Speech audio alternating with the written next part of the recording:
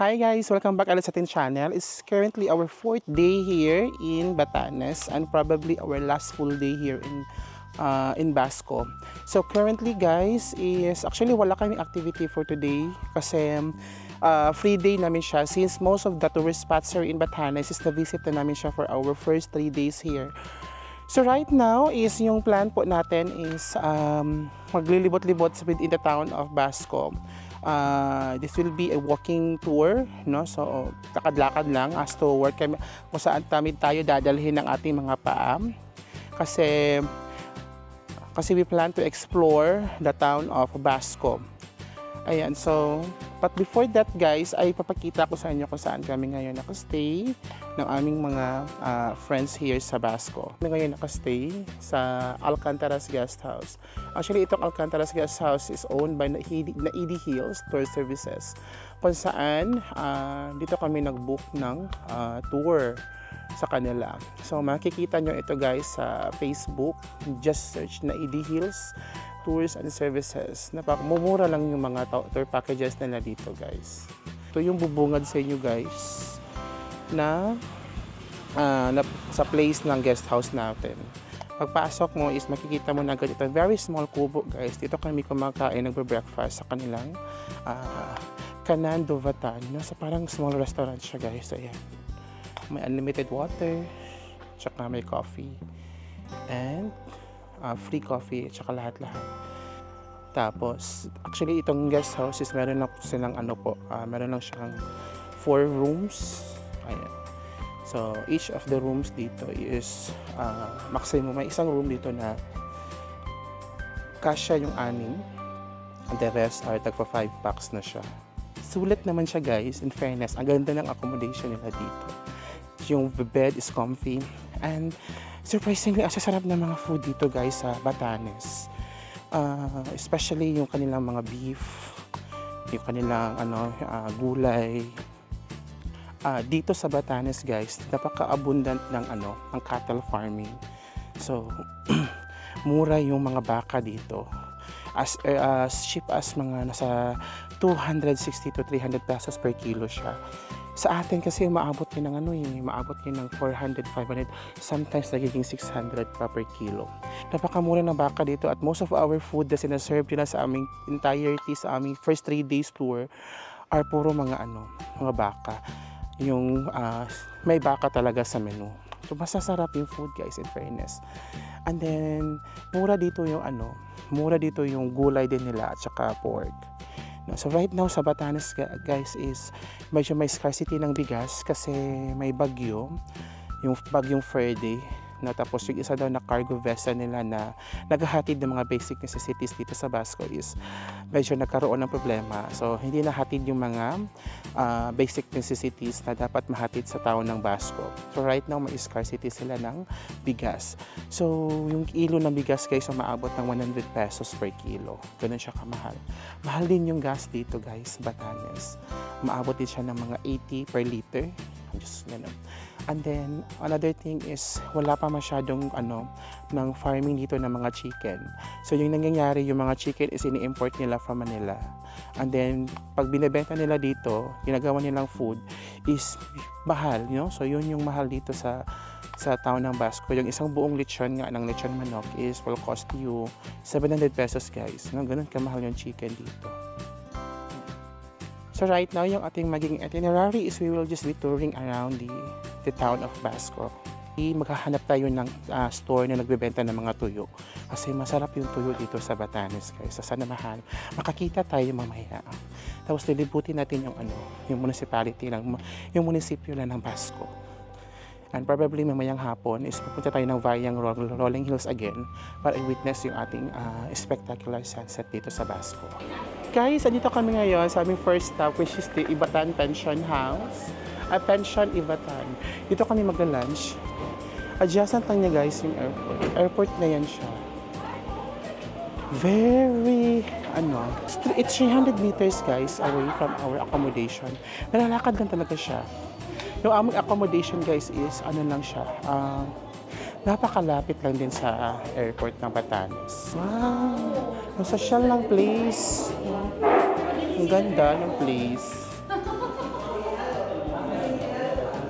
Lakas makaibatan. Si AJ Igatan. Ito yung mga prices sa Pension Ibatan. Mura din. May pag 500, the battery shrimp. Oh my gosh. But this is good for 2 to 3 packs naman daw siya guys. Mas mura pa din sa Bihan, no? Pero let's try another food. Ayan guys, ang daming wala doon sa Ibatan Pension. Wala nang ganun sila nakadayo. So, a bit expensive guys yung food doon. So we decided to walk and we'll proceed to our all-time favorite Bihan na restaurant. Guys, ayan guys, the all-time favorite Bihan. So dito kami kumakain always guys kasi mura, masarap ang mga food dito. We decided to proceed na lang here sa Bihan guys kasi maraming wala doon sa Pension Ibatan. Tsaka a bit expensive yung food nila doon. Medyo cozy ang place dito sa Bihan guys, maganda. Ayan o. Yan. Palit lang ang please. But the food are very cheap and palatable. Yan yung mga menus nila. 120, 100 lang. Ganun. Ganda. So, pagkatapos natin kumain sa Bihan is, naglakad lang tayo ng 2 blocks away from the Bihan. Tapos, pakaliwa kasi hahanapin natin yung store na nagbibenta ng mga daing. Kasi Batanes is also known for its very delicious, palatable daing guys. No? So, it's a must that we need to buy. And let's bring some para matikman din ng ating mga friends and family in. Yan, dito na tayo sa loob guys. Ayan, dito na. Ito yung mga nagbibenta ng daing. Konti lang pala. Hindi pala ganoon karami. Yung dorado per piece yun. Magkano daw ito? Per piece, pag dorado. Magkano? 1 to. Ito ma, magkano? 1 to ang kilo. Oh, 1 to ang kilo. Marami po. Yes, we bought a bulad. Walang flying fish ang dried. Then, 1 day lang daw ito nabilad guys. Masarap to. Ito yung isa sa mga breakfast namin sa accommodation 2 days ago. I like it. So, I bought 5. 120 lang yung isang supot. Guys, so few blocks lang siya. Parang unahan lang guys ng ating nabilhan kanina na doy-toyo. Is bumalik tayo dito sa souvenir shops. No? Para mag last minute buying na ng pasalubong. It calls Thousands Place. Ayan o. Thousands Place na souvenir shops. Shop. Ito yung mga mabibili natin here. So AJ, finally, he will now buy a pasalubong. Yung bukayo nila, masarap din, which is 45 pesos. The good thing here sa Basco guys, kasi maliit lang yung town. Kakalapit-lapit lang yung mga bilihan na pasalubong at saka ng mga daing. Pwede lang siyang lakarin. No? Medyo nakakalito sometimes kasi sa sobrang daming street. But the good thing there is, hindi ka na kailangan sumakay pa ng sasakyan at gumastos na pamasahe. Yan guys, so from the souvenir shops natin kanina dyan, na-straight lang tayo. Tapos, dito na tayo sa kanilang maliit na munisipyo or capital. Maliit lang siya guys. Yan. Ayan yung provincial capital ng Basco or ng Batanes. So, it's really small town lang talaga yung Basco. Then dito is may nakalagay na I love Basco. Yung munisipyo. Ito yung munisipyo ng Basco. Ito yung provincial capital ng Batanes. Then of course, kailangan meron tayong photo op dito sa I love Basco before we will be heading home back to our accommodation. And pagkatapos para namin kinina guys sa City Hall is bumalik na kami ng hotel. And right now we are catching the sunset. Kasi hapon na, so babalik tayo ng Rolling Hills para mag-shoot ng sunset doon sa Bayang. We are in a hurry guys kasi it's almost sunset. Madam, Hi. oh my gosh. Ma'am Ram, it's 5:25 already and the sunset is 5:56. And oh my god, it's about to set na. Dapat pala nakitihan yung driver kanina, no? Yan kuya, hindi pala siya. Oh my gosh. We are now already. Oh my god. Guys, unfortunately, nag-flat yung motor ng ating sasakyan. So ngayon is stranded tayo guys in the middle of the road going to Vayam.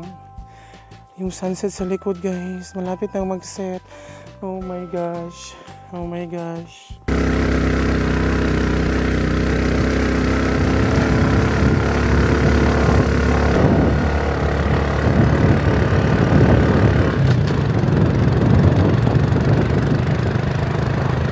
Batanes, you're so beautiful. Look at guys.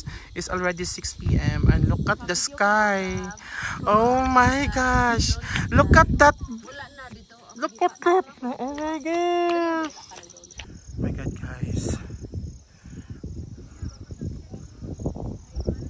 Don't wait ever down. Don't stop right up. Don't wait ever down. Don't stop right up. Oh yeah, baby. Don't wait ever down. Do that to pain you down. Don't stop right up. Don't wait ever down. Do that to pain you down. Don't stop right up.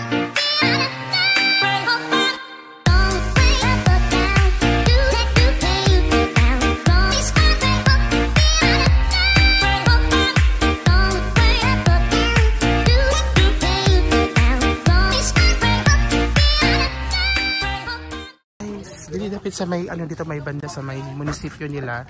Napuntahan natin kaninang tanghali. May pala dito guys, so parang may street na puro mga pagkain. May fruit shake. Magkano ang fruit shake ate? 100. Oh. May stall din dito ng pagkain, burger. I didn't expect na may ganito dito sa bus. Oh my gosh, may mga siomai. The typical night market. So, may barbecue dito guys sa kanilang little street food. Amazing.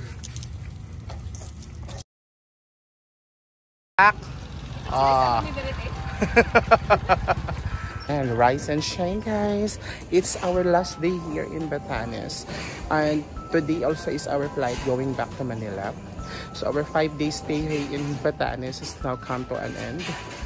Because the separation anxiety. And so we're now here at the airport in Basco. The airport is quite small lang siya guys. Saka very near in our accommodation. Our flight with Philippine Airlines will be at 8:55 a.m. pa siya. Check-in na tayo guys. Dito na tayo mag-check-in. Very small check-in counter. So sa boarding gates na tayo. Ito lang yung boarding gate ng Basco. Pero in fairness, maganda yung boarding gate nila guys. They have very good, clean comfort room. Tapos may dispenser doon sa gilid. Tapos super duper powered, 4 na aircons, 1, 2, 3. Tapos 4. Super lamig ng area guys. Then, ito na yung runway. Currently, isa pa lang yung flight na pumupunta ng Basco ngayon. That is Philippine Airlines. So yung mga other airlines like Cebu Pacific, Airskill, Skyjet, hindi pa sila nag-resume na kanilang flight dito. Then meron din palang flight from from Basco from Park to Basco. Philippine Airlines pa din siya. Yung ticket na nakuha namin guys from Davao to Basco Batanes, it was just around 9,600 pesos. Tapos that is round trip na yun siya na ticket from Davao to Manila to Basco. Pabalik din siya. Nasnag namin ito promo guys last January. That was 9 months ago pa. And it was in the ultimate 6 sale ng PAL. So nasnag namin siya for that price. Kasi when you book this for the regular rate, papatok talaga siya, aabot talaga siya ng 25,000. So parang ka na nag-promotional na. So when we saw na mayroong 9,600, so ginab na naman na namin agad-agad. Tapos sa ating tour package guys, we book with na AD Hills Travel and Tours kasi discourage pa at the same time may DIY na ito. Though pwede mag-DIY but you need to file for a waiver para sa DIY trip ko dito sa Batanes. So yung tour package na nakuha namin for 5 days and 4 nights, that was 7,150 per head.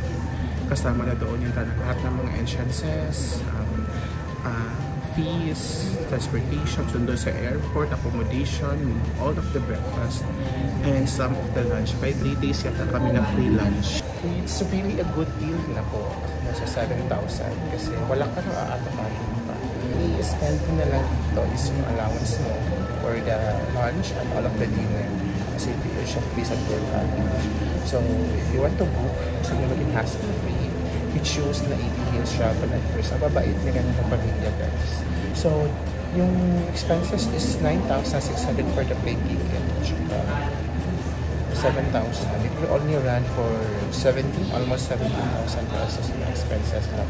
We can now visit Batanes.